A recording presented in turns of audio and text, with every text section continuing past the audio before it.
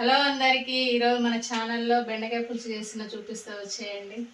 కావాల్సిన ఇంగ్రీడియంట్స్: బెండకాయ, కరివేపాకు, ఉల్లిగడ్డలు, పచ్చిమిర్చి, ఒక టమాటా, ఆయిల్, కొంచెం ఒక చిన్న నిమ్మకాయ సైజు చింతపండు గుజ్జు, కారం, తాలింపు గింజలు, పసుపు, సాల్ట్, ఒక 2 ఎండుమిర్చి, జింజర్ గార్లిక్ పేస్ట్, ధనియాల పౌడర్, కొంచెం కొత్తిమీర, పుదీనా.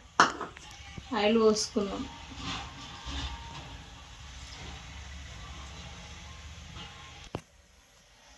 ఆయిల్ హీట్ అయింది, తాలింపు గింజలు వేసుకున్నాం.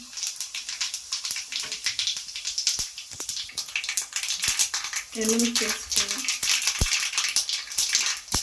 ఆనియన్,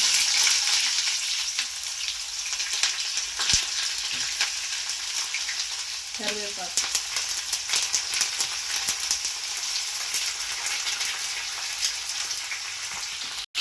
ఇది కొంచెం గోల్డెన్ బ్రౌన్ కలర్ వచ్చేవరకు వేసుకున్నాం.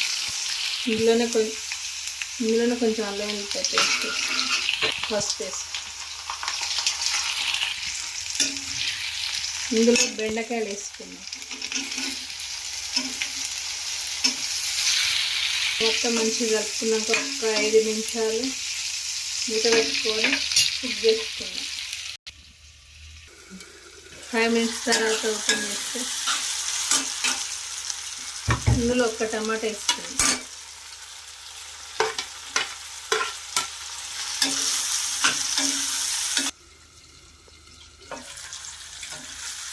టమాటా మస్తు సాఫ్ట్గా ఉడికింది.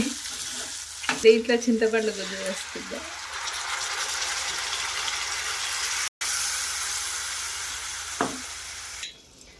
చింతపండు గుజ్జు ఇట్లా మరిగేటప్పుడు కొంచెం టేస్ట్కి తగ్గట్టు కారం వేసుకుందాం.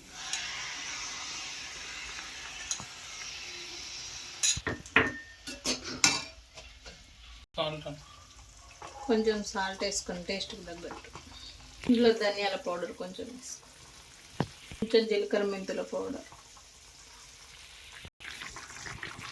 ఇట్లా ఉడికేటప్పుడు పచ్చిమిర్చి పులుసులలో కొంచెం ఎక్కువ వేసుకుంటే బాగుంటుంది. లాస్ట్లో వేసుకోవాలి. అది కూడా చింతపండు పులుపు కాబట్టి కొంచెం బెల్లం వేసుకుంటాం. కొంచెం కొత్తిమీర పుదీనా వేసుకుంటాం.